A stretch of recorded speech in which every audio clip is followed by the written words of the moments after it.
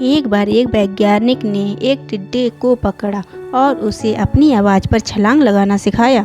वैज्ञानिक टिड्डे से कहता, कूदो। टिड्डा उसकी आवाज़ सुनते ही जोर से छलांग लगा देता। अब वह वैज्ञानिक था तो प्रयोग करना बनता ही था। उसने टिड्डे की छलांग पर प्रयोग किया।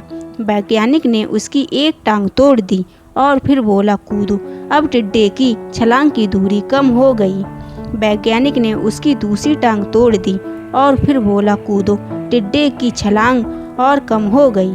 अब तोड़ी गई उसकी तीसरी टांग, फिर छलांग की दूरी और कम हो गई।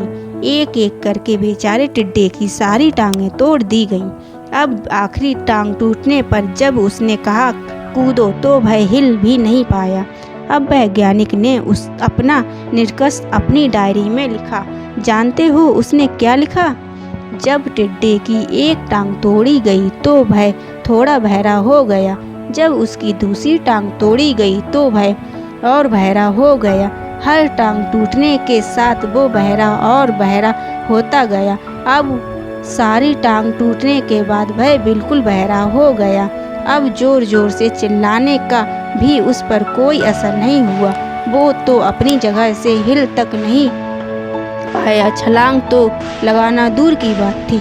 इस कहानी को सुनकर सभी लोग ऐसा ही लग रहा है ना कि क्या मूर्ख वैज्ञानिक था, इतनी सी बात उसे समझ में नहीं आई। या कुछ लोग ये भी सोच रहे होंगे कि ये तो किसी बच्चे को भी पता है कि टिड्डे की छलांग उसकी टांग टूटने की वजह से कम होती जा रही थी, ना कि वह बहरा हो गया था।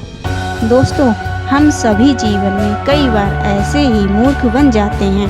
कई बार जीवन में दो घटनाएं एक साथ ऐसे घटती हैं कि उसका एक दूसरे से कोई संबंध नहीं होता है, फिर भी ऐसा लगता है कि गहरा संबंध है। कभी दिखता कुछ और है लेकिन समझ कुछ और आता है और वास्तव में होता कुछ और है। इसलिए अगर पछताना नहीं है तो जीवन में जल्दबाजी में कोई निर्णय ना लें। हमेशा सूझबूझ कर इस्तेमाल करें, सावधानी बरतें, नतीजे सोच विचार कर ही निकालें। दोस्तों, आपको हमारी ये छोटी सी कहानी कैसी लगी कृपया कमेंट बॉक्स में ज़रूर बताएं और हमारे चैनल को सब्सक्राइब करें।